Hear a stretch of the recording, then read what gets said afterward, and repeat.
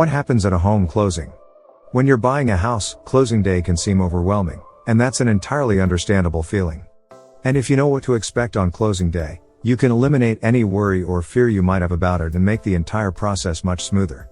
To help you do this, we've put together a guide to everything you need to know about a house closing, including what happens on closing day, how long it takes, and what you need to bring.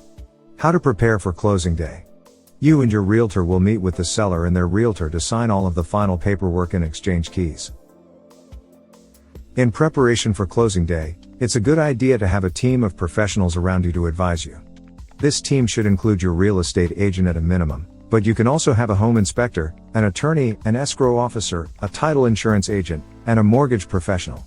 These professionals are helpful because there are a few closing contingencies that should be added to your closing checklist.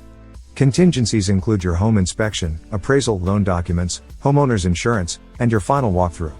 All of the closing contingencies listed in the contract have to be met before the sale becomes legally binding.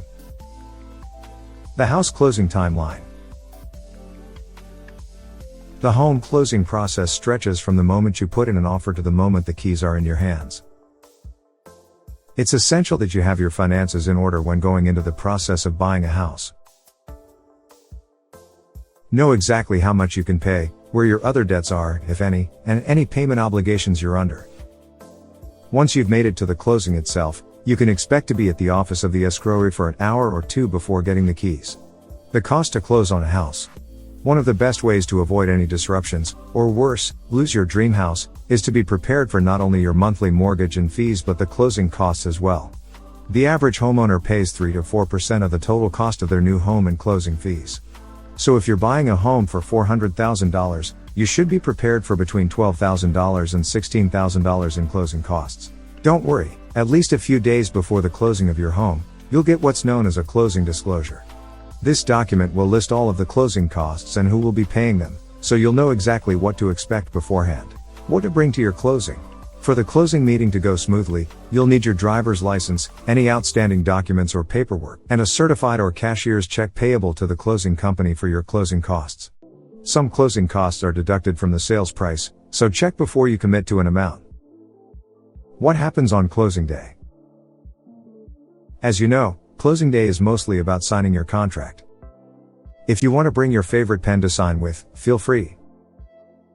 In addition, you'll be paying any closing costs that have yet to be settled. The person selling the home to you will sign documents that transfer ownership of the property to you. And while they're doing that, you'll be signing a settlement statement listing all home-related costs, a mortgage note agreeing to repay the loan, and the deed of trust, securing the mortgage. When that's done, the title company will send the paperwork in with the new deed in your name, hand you the keys and any other necessities, such as garage door openers, and you're ready to go. Close on your house with confidence with this guide. You're going to have a million emotions going through your head when your closing day finally arrives. Hopefully plenty of happiness and excitement, but probably some anxiety and trepidation as well. By using this guide and preparing effectively, however, you can minimize the negative feelings and go into your closing with confidence knowing you're about to purchase your dream home. Interested in learning about how to make your new home the best it can be? Visit our blog. CasandraProperties.com/blog